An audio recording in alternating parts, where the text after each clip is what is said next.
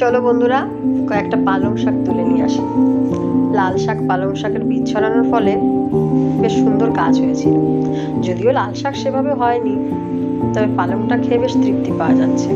বেছে বেছে যেগুলো বড় শাক সেগুলো আগে তুলে তুলে খেতে হবে, আর ছোটগুলো ততদিনে বড় হয়ে যাবে। দেখেছো কত সুন্দর মোরগ ফুল হয়েছে? আমার বরের বেশ প্রিয় এই মোরগ ফুল।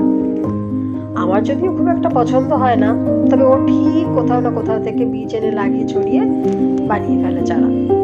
পালং শাক কিন্তু ধুয়ে টুয়ে নিয়েছি, আলু একটু কেটে নিয়েছি।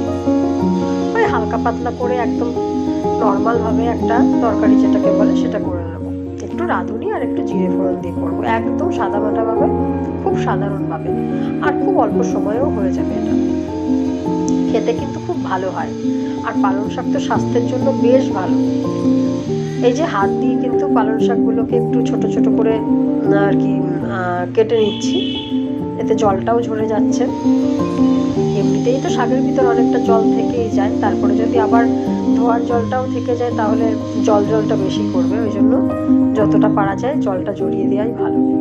যাই হোক, লবণ হলুদ দিয়ে সুন্দর করে ভেজে নেব।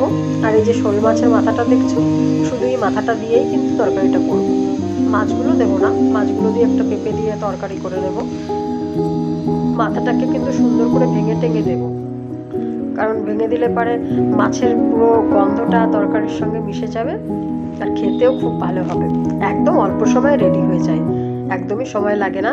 একটু ঢেকে ঢেকে দেবো, এইভাবে 2-1 মিনিট হলে পারে যখন দেখবো যে ঝোলটা কমে গেছে, লবণ টবণ একটু খেয়ে দেখতে হবে, ব্যাস নামিয়ে নেব।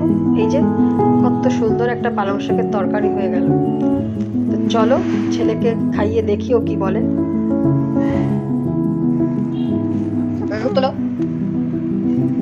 কেমন হয়েছে বাবা? সত্যি বলছো তো? না মিথ্যে বলছো না তো?